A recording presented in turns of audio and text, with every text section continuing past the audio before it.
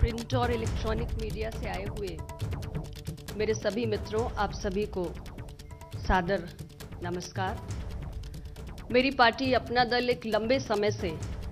NDA गठबंधन का हिस्सा है और अपना दल और भारतीय जनता पार्टी के गठबंधन की ये जो यात्रा है, पिछले 3 चुनाव से 2017, 2014, 2019 निरंतर एक सकारात्मक दिशा में आगे बढ़ी है। उत्तर प्रदेश की जनता का हमें अपार भरोसा, विश्वास, समर्थन इन तीनों चुनाव में प्राप्त हुआ है और हमारे संयुक्त गठबंधन से जो ताकत उपजी, उससे देश और प्रदेश में एक ऐसी मजबूत सरकार का निर्माण भी हुआ जिसका नेतृत्व उत्तर प्रदेश में आदरणीय योगी जी और देश में हमारे श्रद्धेय प्रधानमंत्री जी कर रहे हैं, जिसने डबल इंजन के साथ तेज गति के साथ काम किया। देश का विकास हुआ, प्रदेश का विकास हुआ और जहां एक ओर उत्तर प्रदेश और देश की विकास यात्रा आगे बढ़ी, वहीं दूसरी ओर सामाजिक न्याय की अवधारणा भी और प्रबल हुई। उत्तर प्रदेश के अंदर जो विकास हुआ, उन बातों को बड़े विस्तार पूर्वक आदरणीय नड्डा जी ने रखा है, मैं उन बातों को दोहराऊंगी नहीं, लेकिन सामाजिक न्याय के पक्ष पे कुछ बातों को आप सबके समक्ष रखना मैं बेहद जरूरी समझती हूं। मेरा यह मानना है कि अपना दल और भारतीय जनता पार्टी का ये गठबंधन, और आज हमारे आदरणीय डॉक्टर निषाद जी भी हमारे साथ में है, निषाद पार्टी भी हमारे साथ में है, ये जो हमारा एनडीए का गठबंधन है, ये विकास और सामाजिक न्याय का एक बहुत ही बेहतरीन कॉकटेल साबित हुआ है। उत्तर प्रदेश को दोनों की आवश्यकता है, विकास की भी, सामाजिक न्याय की भी। मेरी पार्टी अपना दल ने अपनी स्थापना के समय से हमारे संस्थापक यशाकाई डॉक्टर सोनेलाल पटेल जी के मार्गदर्शन में सदैव समाज के अंतिम पायदान पे खड़े हुए व्यक्ति के हक, अधिकार, भागीदारी के लिए संघर्ष किया है और माननीय प्रधानमंत्री जी के नेतृत्व में उनके साथ आकर हमने ये महसूस किया कि सामाजिक न्याय की चिंतन धारा को और मजबूत करने का हमें अवसर मिला है। विषय चाहे ओबीसी कमीशन को संवैधानिक दर्जा प्रदान करने का हो, जिसकी मांग बरसों से देश की संसद के अंदर हो रही थी, लेकिन उस पर पूर्व की सरकारें कभी भी ध्यान नहीं दे रही थी, या विषय हमारे सैनिक स्कूलों में, नवोदय स्कूलों में या सेंट्रल स्कूलों में प्रवेश प्रक्रिया में पिछड़ा वर्ग के छात्रों को आरक्षण देने का हो, या हमारे सेंट्रल एजुकेशनल इंस्टीट्यूशंस में 200 पॉइंट रोस्टर प्रणाली की वापसी का हो, बहाली का हो, ओबीसी की क्रीमी लेयर को 6 लाख से आगे बढ़ाकर 8 लाख तक ले जाने का हो, या एक विषय जो हाल ही में आप सबके संज्ञान में आया, नीट की परीक्षा में एमबीबीएस और पीजी के एडमिशंस में अखिल भारतीय कोटा के तहत पिछड़ों के 27% आरक्षण को लागू करने का हो। ये सारे ऐसे विषय हैं जिस पर अपना दल भारतीय जनता पार्टी माननीय प्रधानमंत्री मोदी जी के नेतृत्व में एकमत रही है।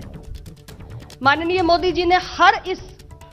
लंबित समस्या का समाधान किया है। अपना दल ने निरंतर इन मसलों को देश की संसद के पटल पे उठाया है और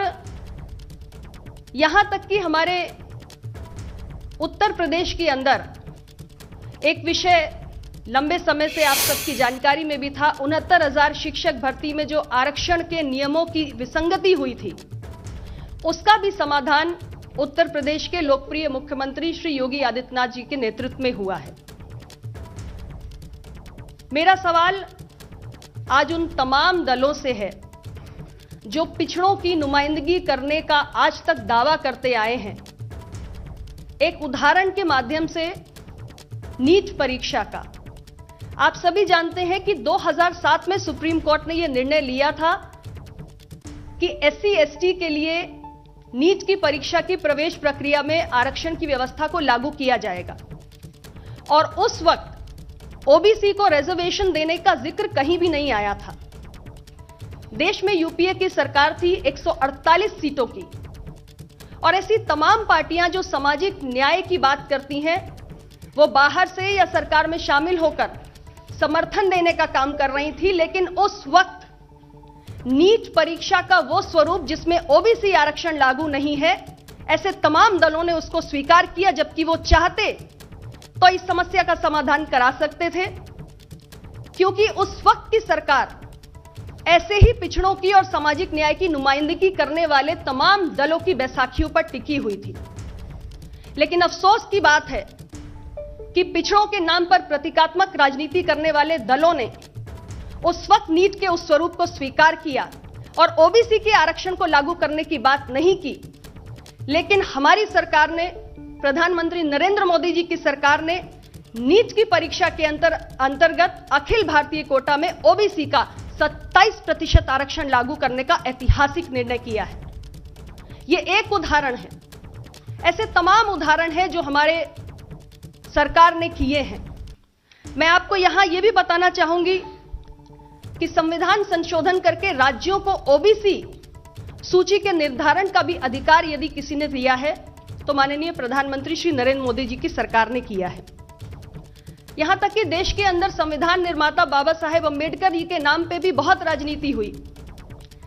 लेकिन उनकी कर्मस्थली से लेकर उनकी जन्मस्थली को विश्व स्तर पर पहचान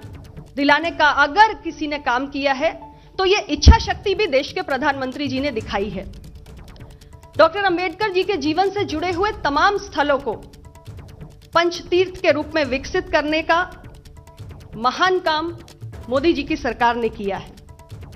हमारी सरकार की ऐसी तमाम कल्याणकारी योजनाएं 2014 से लेकर आज 8 वर्षों में निरंतर संचालित हुई हैं, चाहे वो आवास योजना हो, चाहे वो स्वच्छ भारत अभियान के तहत शौचालय निर्माण की योजना हो,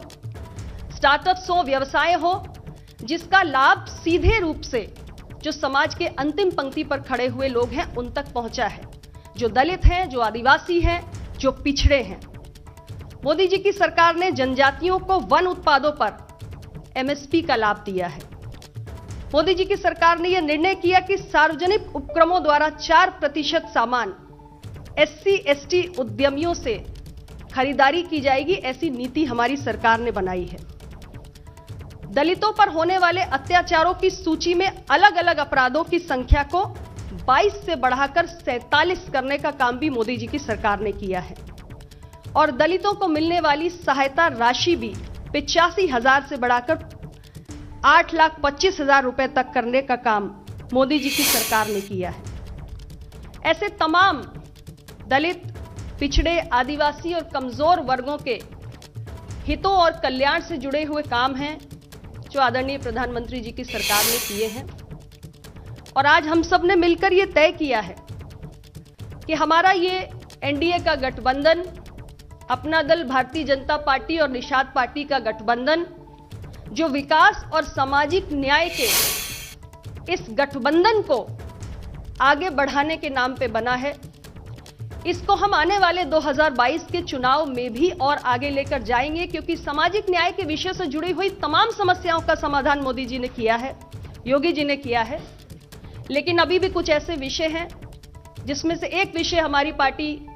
अपना दल निरंतर उठाती आ रही है कि भारत सरकार में पिछड़ों का एक अलग से मंत्रालय बनाया जाए। और ऐसे और भी तमाम विषय हैं जिस पर हमें पूरी उम्मीद है कि हमारे आदरणीय प्रधानमंत्री जी के नेतृत्व में हम भविष्य में इसमें भी सरकार की ओर से एक सकारात्मक रुख देख सकेंगे। और इसलिए सामाजिक न्याय की अवधारणा को और मजबूती प्रदान करने के लिए हम सभी ने तय किया है कि हम एक बार फिर मजबूती के साथ उत्तर प्रदेश के अंदर 2022 के विधानसभा चुनाव में एक साथ मिलकर लड़ेंगे। और जिस तरीके से हमने 2017 से 2022 के बीच में